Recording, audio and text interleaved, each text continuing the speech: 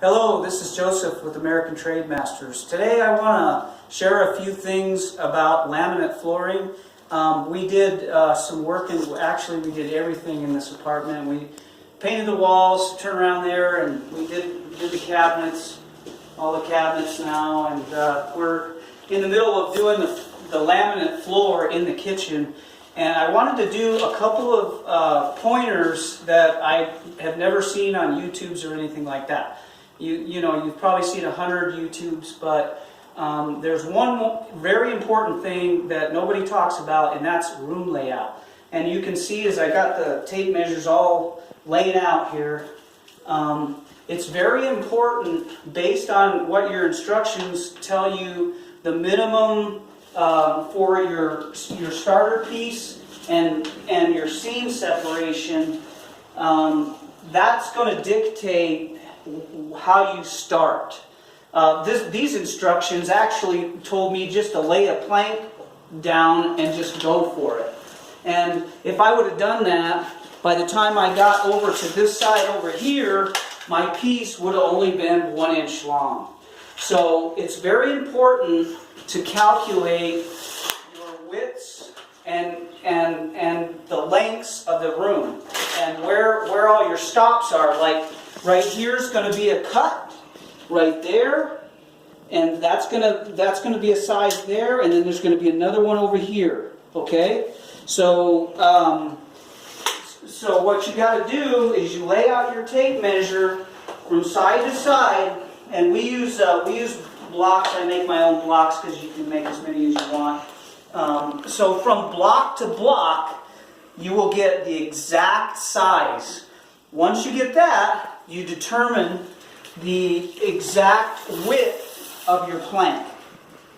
And then you just do the math. So that way, if I start with a full piece over here, by the time I get to the end of my room, I might only have 1 inch left over there on that wall, and I don't want that. So in that case, I would make a cut on this plank. I would cut off a few more inches. That would make, by the time I got to the other side of the room, I would have a bigger width over there. And then you just do the same thing with the length. You calculate the total length, which in this case is 47.625. I do it in the decimals so that I can add it all up. And then I add up all the numbers with the room dimension, and then I make a determination how long my first piece has to be according to their minimums. In this case, this is Pergo. Their minimum is 8 inches on their piece, and then their seams have to be 12 inches apart. So if you don't lay out your room, you're not going to meet those requirements.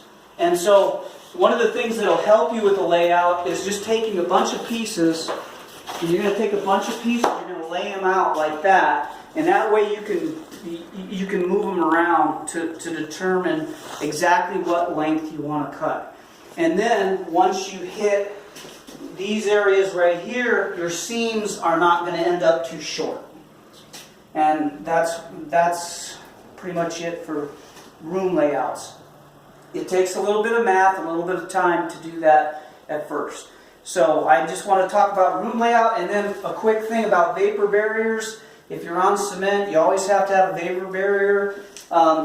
Your overlaps on your seams have to be at least 8 inches.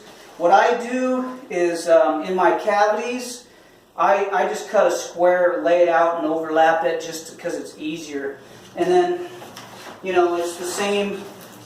It's got the adhesive on this, but I always reinforce it with some duct tape too, because I always tend to overdo things.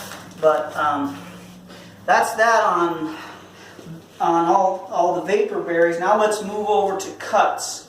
I use a multi-tool when I'm cutting in underneath the door casing. I'll use a piece of scrap and just cut it in that way.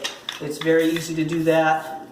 And then over here, I'm going to show you a simple cut.